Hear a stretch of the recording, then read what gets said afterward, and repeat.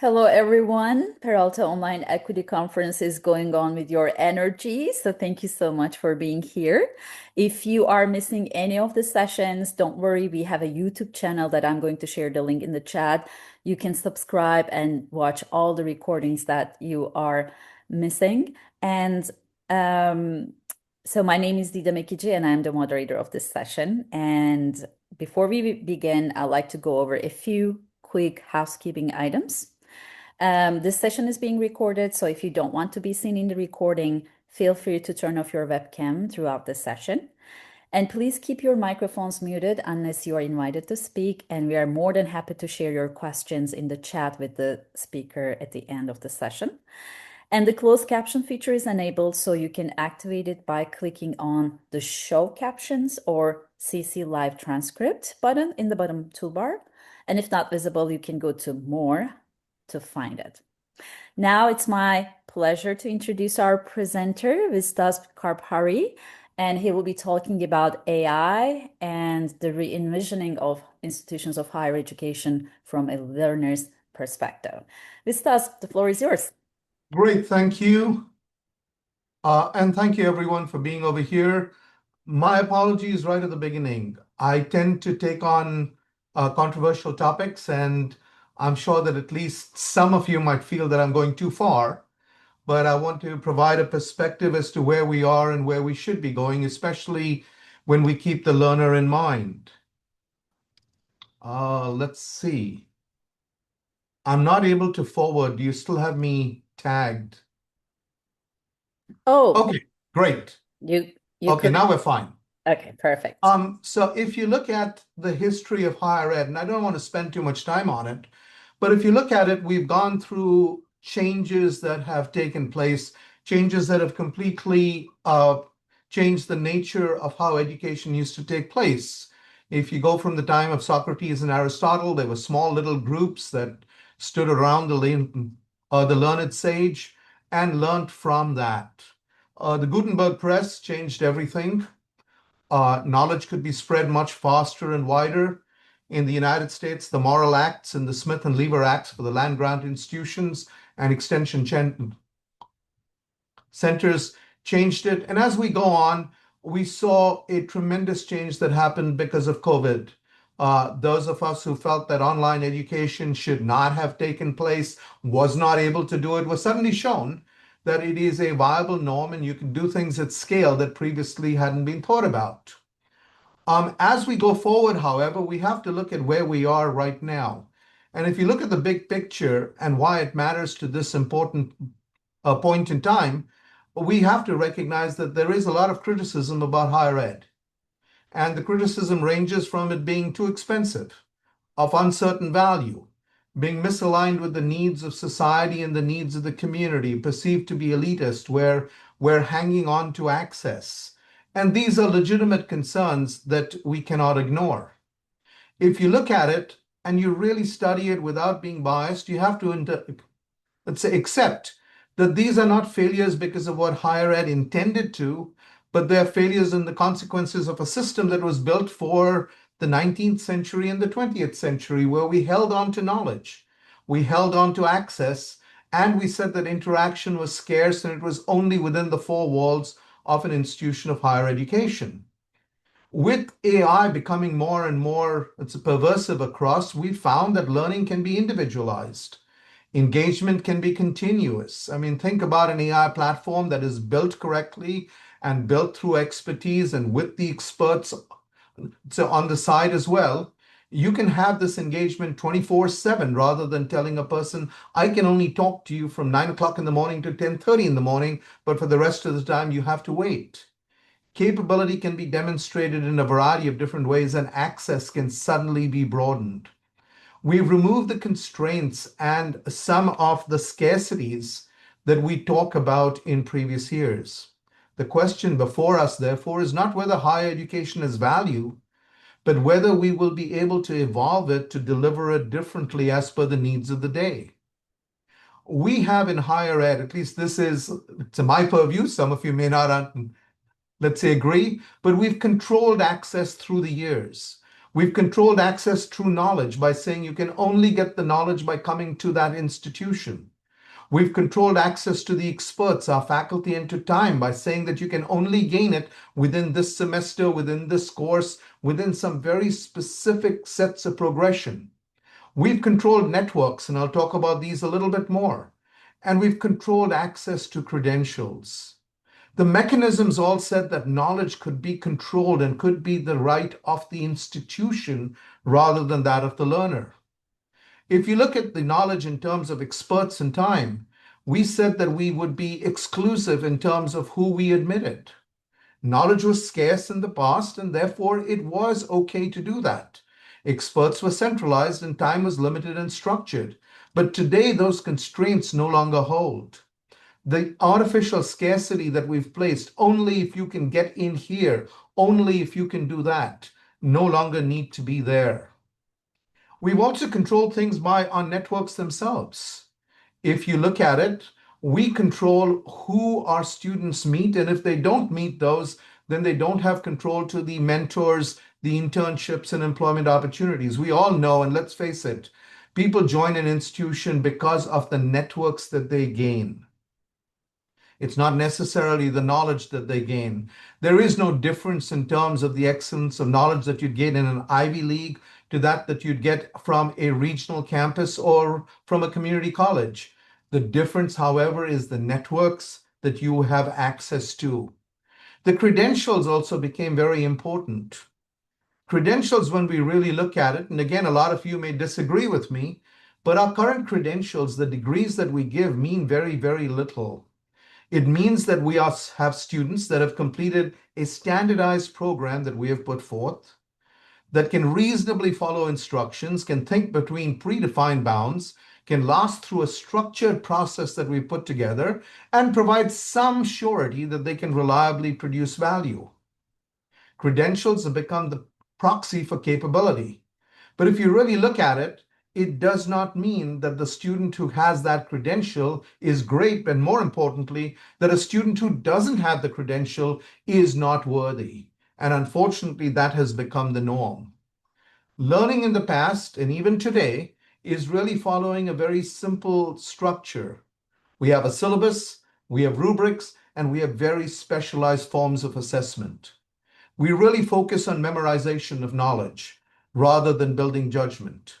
We focus on the how to solve a problem rather than why we need to solve a problem and what if that problem changes slightly. We focus on compliance rather than curiosity, and part of it is because of scale and the time that we have to interact with our students. But most importantly, and probably the most disappointing, is that we focus on the repetitious solving of problems that have known solutions rather than teaching our students how to frame and approach new ones. All of this, in my opinion, is being shaped by that control that we have wanted to keep on what knowledge is. We are a system that was tied to the past with artificial scarcities and the increasing concerns that have today in terms of higher ed being elitist, too expensive, of questionable value, largely irrelevant to current and future needs, and increasingly disconnected from the workplace. And we have so many reports that we can no longer question them of students who graduate with degrees and credentials, but are unable to get jobs when the jobs are available, but they're just not matched to the jobs that are there. And that creates a huge problem. AI changes all of that. It creates a structural disruption as nowhere seen before. Knowledge today is available, not just information, but knowledge is available 24/7. It's abundant. It's no longer the cost of knowledge that is the constraint. Experts are broadly available all across the world. Time can be personalized and can be flexible. Networks that we form are increasingly global and they're digitally mediated rather than being physically constrained by time, space, and location. And we've already seen that traditional credentials are increasingly challenged, most of all by real-world performance. The shift, therefore, that we are faced with is a change from scarcity to abundance, from the cost of entry, which was that access point, to the ability of a student to be able to do what they want. From can you do it to really being, do you know what you want to do? And from teaching to truly learning. Scarcity, therefore, is no longer the organizing principle. And if that changes, we need to consider how everything else in an institution of higher education changes. We know that AI can enhance engagement and learning, and I'm not going to spend a great deal of time on it because all of you probably know far more than I do about it. We can have interactive tutoring, personalized learning, advising, simulation and exploration change the entire field. Immersive experiences change how we can look at context and how students can understand the background of why something happens rather than it being absolutely blind in terms of just words on a page. Linking of real world application to what they're studying, feedback that is continuous, and it provides instantaneous feedback and engagement to a student rather than having to wait for hours, days, and weeks. The ability to converse with mentors, either virtual or real, in real time, anytime, any place, suddenly changes it. If you go back to the Socratic ideal of our students being able to talk to someone and learning from that feedback, that the discussion that takes place between the learned sage and the learner, which we were not able to do at scale, is now suddenly possible. And obviously, creativity and innovation becomes far greater. I'm one of those who believe that we have not been able to teach creative thinking, although we keep talking about it. But AI suddenly gives us the ability to put a student into an experience, immerse them in something so that they can learn the context of it and not just what is being taught. We have 6 levers then that can be enabled by AI.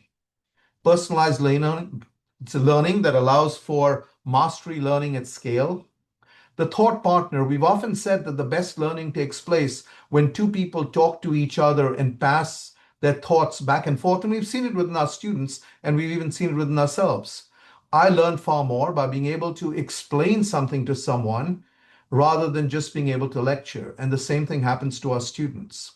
That dialogue that occurs between space and time is the expert engagement that is it's absolutely needed. And the ability for us to put the student into a situation rather than having to hypothesize as to what it might be is very, very important. Structuring knowledge, supporting learning pathways, and being able to go through the complex myriads that are there for higher education is very important. And again, linking everything that we do to careers and to the workplace. AI, therefore, can transform learning. From the current model, which is very, very simple, we provide lectures. Groups of students hopefully listen to those lectures.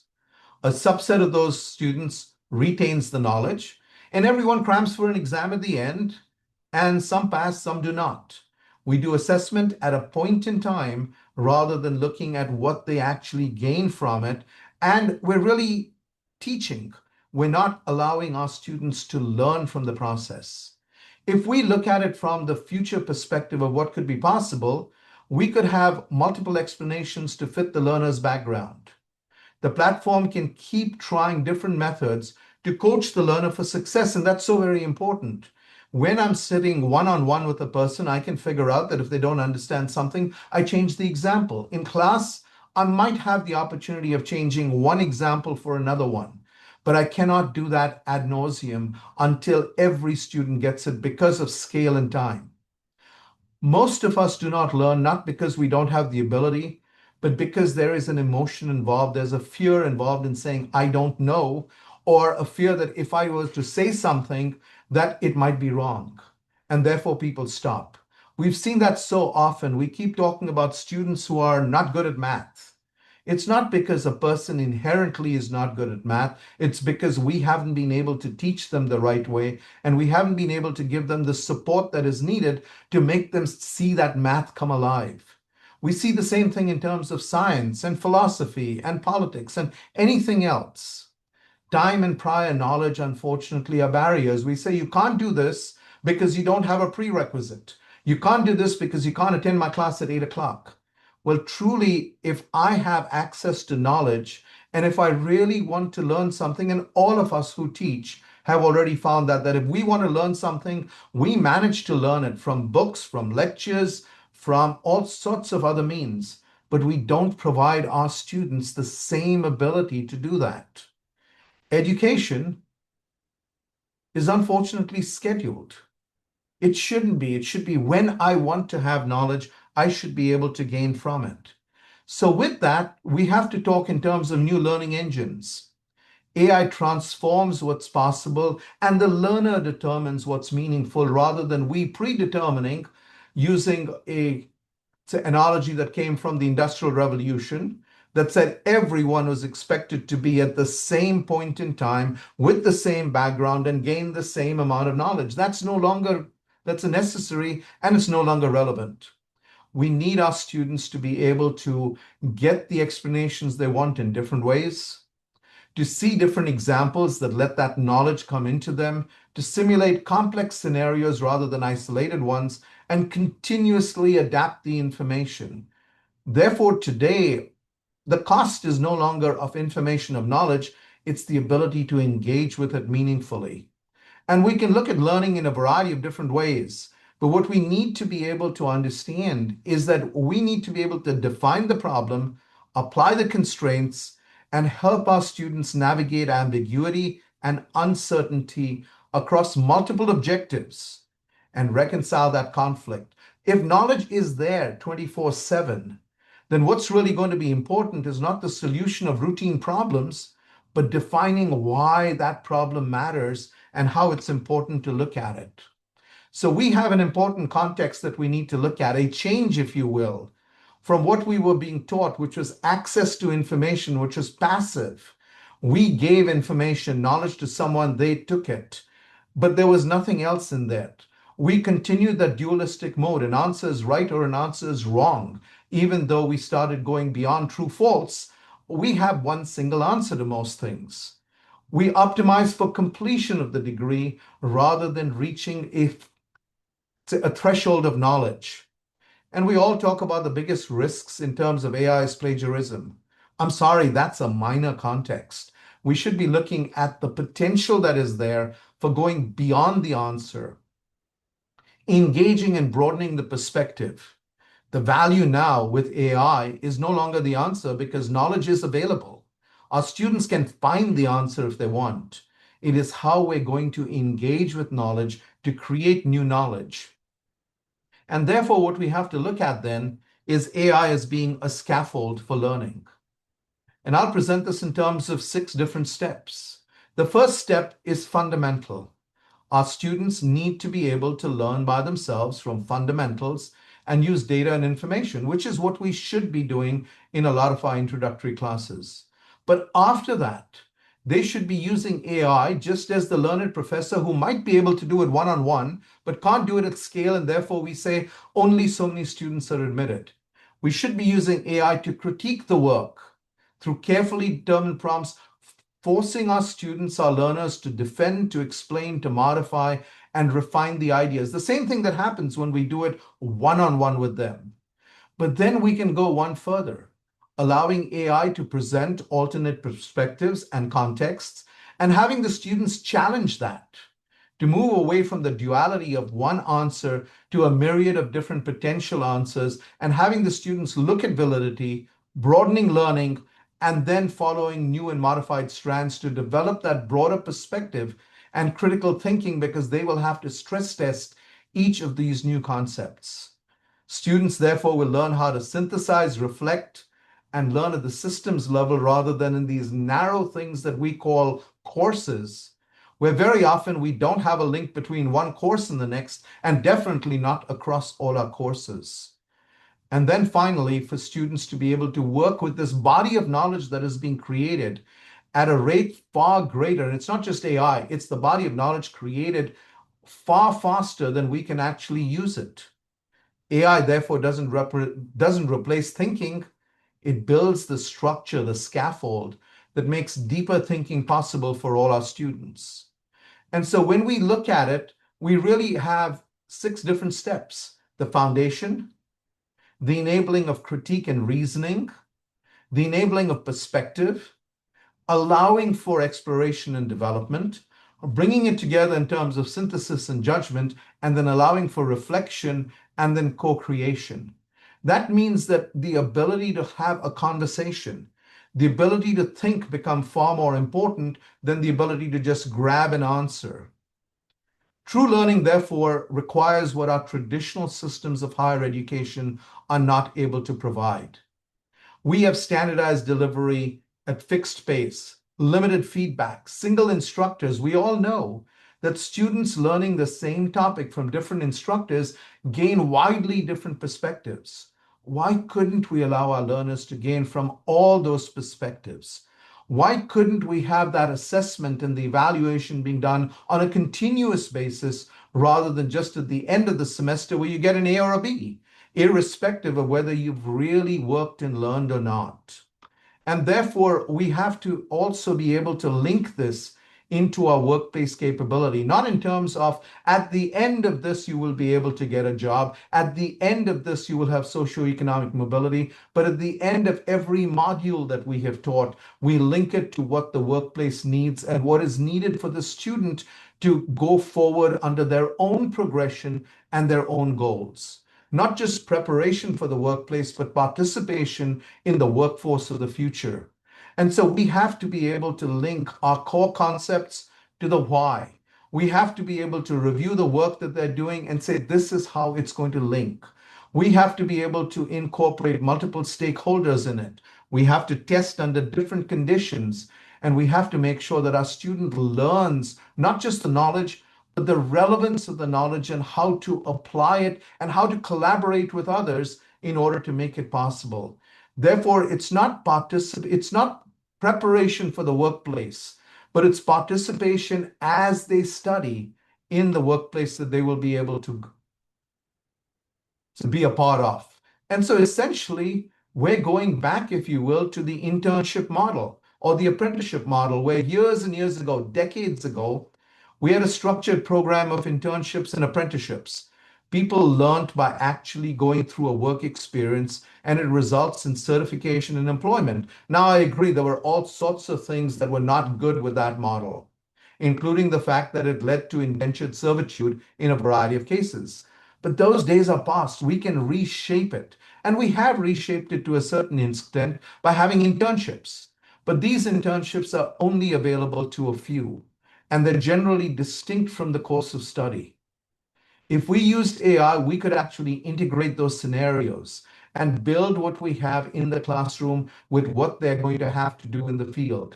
The focus would be on designed experiences, and therefore it would be adaptive, and our learning would be experience-based, which really means that we have to redesign our learning systems for an AI-enabled world. Remember, I said enabled. I didn't say that AI was going to take over everything. It just enables us to do far more. It enables the learner to have far more context and far more control over what they're doing. We move from a static curricula to dynamic learning systems. We move from prerequisites that says, you cannot do this because you haven't done all of this, to you can if you want to spend the time and if you go through what is needed to learn for it. We all know that we come at knowledge from different viewpoints, different backgrounds. And unfortunately, we have got into the industrialist thing of saying, only down this path, and if you don't know X, you can't learn Y. We all know that's not true, but we still force our students to learn from it. We have this chasm between academic knowledge and what is necessary for the workforce rather than integrating it. And very truthfully, all our knowledge is based on instruction rather than immersion in knowledge. The goal, therefore, with AI is not to make learning easier. It's not to say you can just get an answer, but it is to make the capability of our learners, of our students, inevitable through their own efforts as backed by the experts that we have. Therefore, what we have is scaffolded learning that allows us to integrate knowledge with wisdom, judgment, and reasoning, which really goes back to, let's say, Aristotle and the Lyceum, which says that AI can be used as a critic and collaborator that allows us at every step of the process to make sure that our students learn about reasoning, to learn about judgment, to evaluate alternatives, to assess trade-offs, and move them towards wisdom rather than just saying, you have learned in this square little box of what you need to learn. Anything outside that was outside your purview. Those repeated cycles of reflection, synthesis, and application become the most important for us. AI, a lot of people think will create workers. I tend to disagree. I think AI will create learners because it'll allow learning to become the facet. It'll allow students to gain knowledge at the pace that they want, when they want it, rather than being forced down a single path. And if you look at it as a way of interacting with experts, it makes one think more deeply and with greater accountability, which means that we really have to re-envision what knowledge and teaching is all about. It changes the faculty member from an instructor to a facilitator and a designer of learning and learning experiences. We change from a university being a position and a place of knowledge transfer where information is delivered, perhaps and hopefully to be remembered, to a trusted partner where learning occurs. The faculty member becomes more and more important because she or he will now design these experiences on a constantly changing basis to show how learning takes place and will bring collaborative discovery more often than siloed learning. Learning is therefore no longer about the input. It is about what a learner can do. Intelligence is no longer the gate. The capability becomes expandable because I can jump into it at any point that I need, and I can leave it at any point in order to come back. The question is no longer can one do it, but is it do you know what actually matters? Because if we are truthful now with AI and everything else that we have in front of us, the cost of knowledge by itself is negligible. The system is always on 24/7. It can speak to us in every language that we might desire. It can adapt to every learner, providing every single explanation and change in the explanation. Now, this does not mean this is all happening in an automated fashion. It does mean experts, the faculty, are engaging with it on a constant basis, changing how AI platforms can actually work with students and improving with every interaction. AI, therefore, becomes a force multiplier. It doesn't become a replacement. It engages, enhances, supports, and allows them to do far more. So if you re-envision the university, then it changes from being a gatekeeper to a provider and an enabler. Previously, we've said that the university was restricted to some people who could get in, either because of grades or because of legacy or just because of numbers that we had. Now it becomes a way to engage with the learner.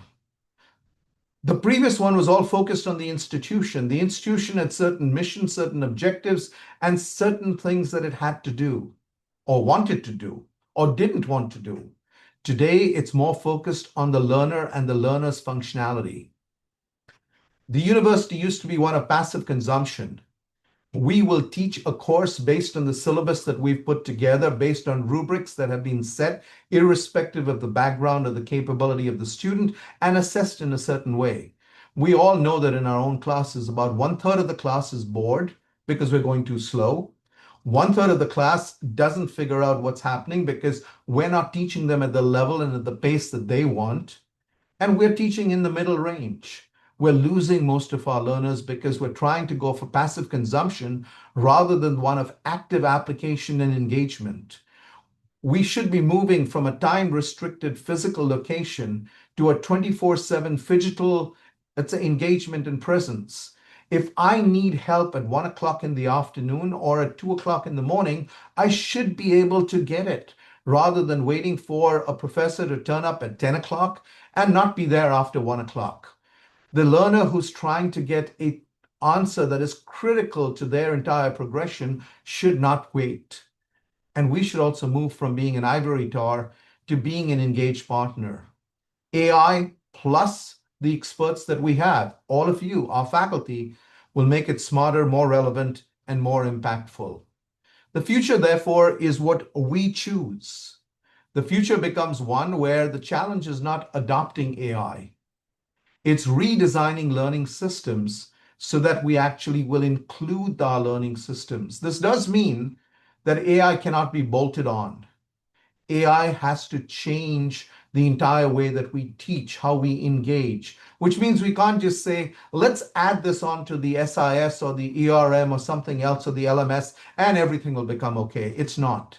We have a major problem with higher ed today and how we're engaging with our students and providing value to the community and to society.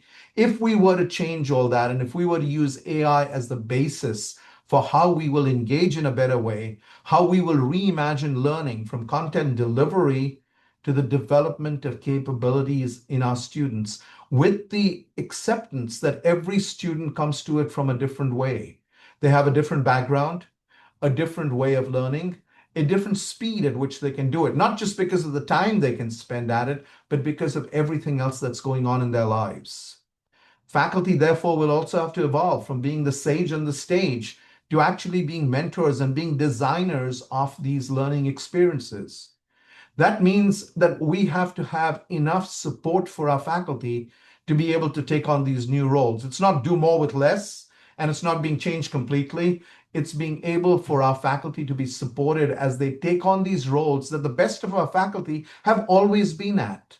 They've always been with that one-on-one. They've always spent extra time with our students. They've always explained things in different ways to different groups of students. We now want to make that available at scale. We want to have a degree, a credential, if you will. And I'd like us to move away from the word degree, a credential that basically says, here's what a learner can do, rather than this basically says that they survived through 4 years of everything we threw at them, irrespective of whether they learned enough to be successful in the workplace. And then obviously expanding that access. There's no scarcity now. Students can gain from different ways. And therefore, our institutions will become trusted, they'll become relevant, and they'll be indispensable. The future, in my mind, therefore, belongs to institutions that move from fixed curricula to adaptive pathways, from time-based progression to demonstrated capabilities of learning and knowledge, from assessment that is very fixed to continuous validation of what they've been able to do, and from content delivery to the design of learning experiences. So I'd like to end with a few simple points and then hopefully open the floor to a lot of discussion. AI, in my mind, does not simply improve learning. It really removes the constraints that have defined higher education till this point in time. It enables engagement at scale if we are to use it the right way, and forces us, not because of what AI is doing, but because of things that we have not done in the past. It forces us to face the fact that we haven't kept up with technology. We haven't kept up with the changes in the world. We haven't kept up with the changes in the demographics of our learner population. We haven't kept up with the needs of society. And AI is forcing us to that reckoning, forcing us to re-envision what it means to learn. With that, let me stop. I know I've gone over a lot of concepts, but I wanted to seed the ground for some discussion. Vitasp, thank you so much. We really appreciate your insights on this. And I'm looking at the chat to see if our participants have any questions. Ryan had some comments. I still think that AI will pass us and become self-aware, and AI will be used for self-driving vehicles and may help us find a cure for cancer. Fingers crossed. But related to what Ryan said, I just want to mention one important thing you mentioned, Vistas, which was when we talk about AI, especially in the educational context, people sometimes think that the first thing that comes to their minds is just plagiarism. And I'm just like, AI is way more than that. It's just like, it's just little one part of AI. We're talking about plagiarism, but let's broaden our perspective, right? So it's really important. And also, another important thing you mentioned was instead of perceiving AI as AI will take over, AI will enable us, right? So the switching our perception from takeover to enable is really important too. And I see Kenyatta has a comment in the chat too.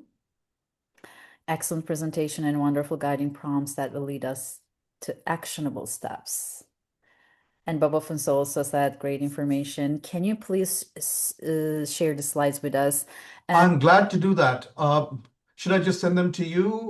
What's the best way? definitely feel free to put it in the chat or just send them to me. We're gonna share all the slides and the recordings in our website and our YouTube channel. And if you're not a member or if you haven't subscribed our YouTube channel yet, I'm going to put it in the chat as well. You can find all the recordings. But of course, please give us some time because we need to go over the transcription and everything. So maybe in Absolutely. And I'll make sure to send all the slides to you. yeah, One point, if I may, to come back to what you said sure. about plagiarism, and I think it's important for us to sort of hit it sort of head on. That's the part that we have been concerned about more than anything else. Plagiarism and the fact that people will cheat and copy. Well, people have cheated and copied for years and years and years. AI has, if anything, it's actually democratized it. And I hate to put it to the faculty who don't know about it, but it was possible even before AI to pay $50 to an online, let's say, outfit that promised to give you the answers in 30 minutes. Now, $50 might seem a lot for one student, but when your entire class gets together and puts a few dollars each and they all have the answers, guess what? We were doing the wrong thing by giving them questions that were so easy to copy.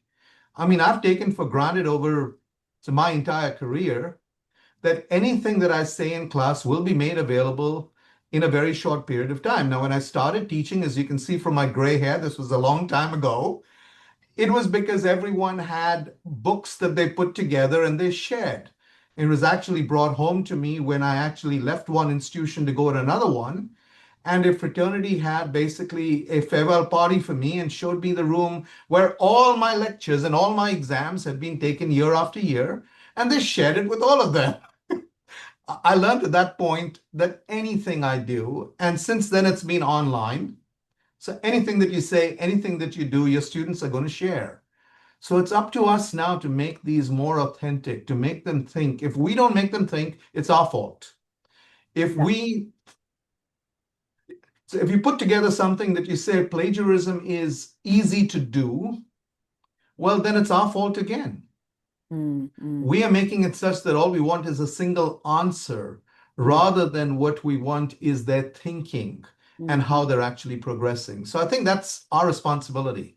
And that actually takes us back to what our chancellor said this morning about if AI can do the assignment, maybe the assignment is not the point, was not the point, right? So it's just like maybe we need to change our Well, assignments, right, in a way that absolutely. And I is mean, very creative. frankly, we have to accept that for most classes, not all, most classes, the reason for giving the assignment was to make a student do something. Hmm. Very often, the assignment was not graded in time for the student to learn anything from it in any case. Definitely. Yeah. So it was an excuse to keep students busy. It was an excuse to give grades because we wanted to follow a certain rubric that said, if you did this, you get this grade. It didn't really test whether the student knew anything. It tested whether the student was smart enough to give us back what we asked for. That is so true. Yes.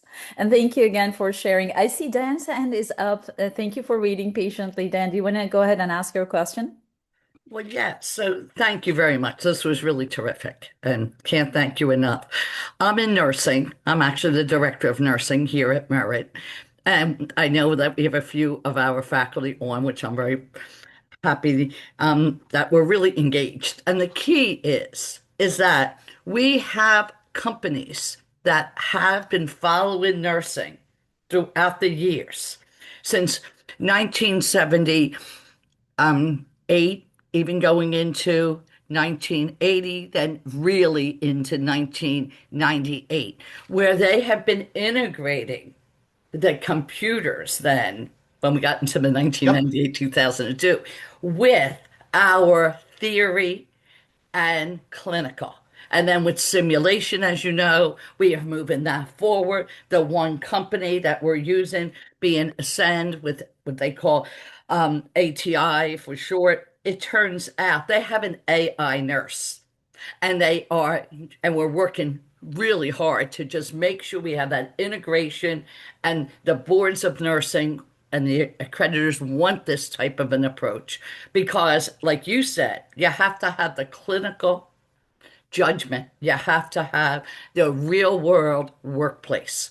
So when you bring these areas up, and I know you come from Texas, and I know Texas is very in on this also, what are you seeing related to? I think our progress is happening. It takes time, but we're really moving ahead fairly rapidly, by the way, and we hope others are too. And what are you seeing yourself?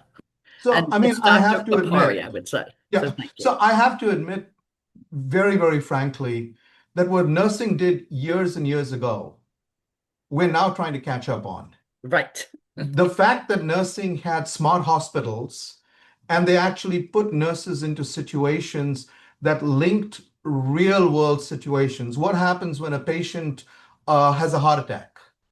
What happens when a patient dies? I mean, I was amazed when I saw the smart hospital at UT Arlington and the advances that they had made compared to the rest of the university. So I think we should be doing far more of what nursing has been doing all through the years, is trying to link reality to what we teach in class through those simulations. Unfortunately, for most of us, the simulations in the past were long computer programs. It wasn't putting them into the situation where they can think critically and reach a judgment with a very low risk. And therefore, they can fail. The patient dies, but you learn something about it. You're under stress, but you learn something about it. I wish there was far more of that. We are making progress, but I think we're not making it fast enough.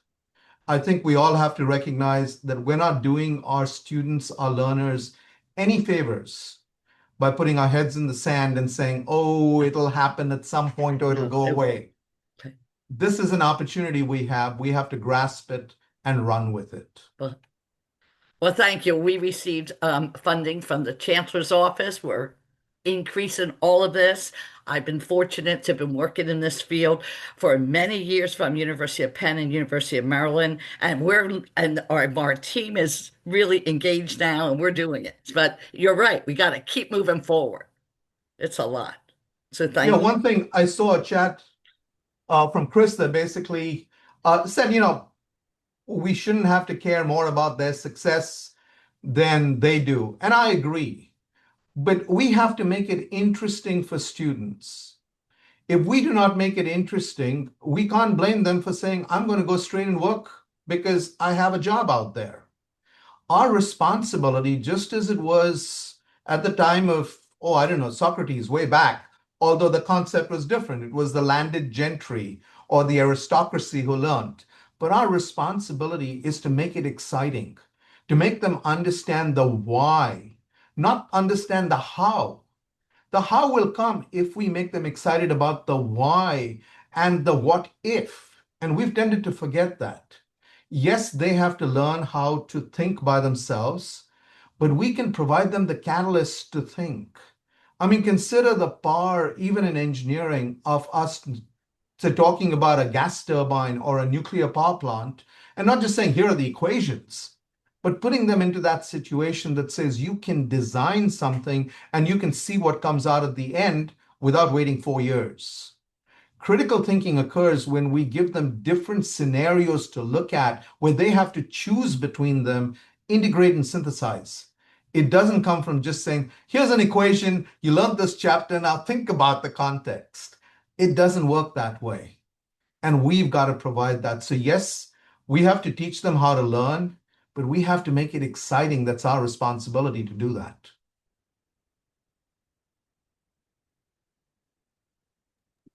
Amazing discussion. We can go forever. Thank you so much. Vitas, thank you very much again, sharing your insights. And Well, my pleasure. And I'll send you the slides just now. please, people, yes, audience is asking about the slides. That would be great. And again, you can find the recording in our YouTube channel.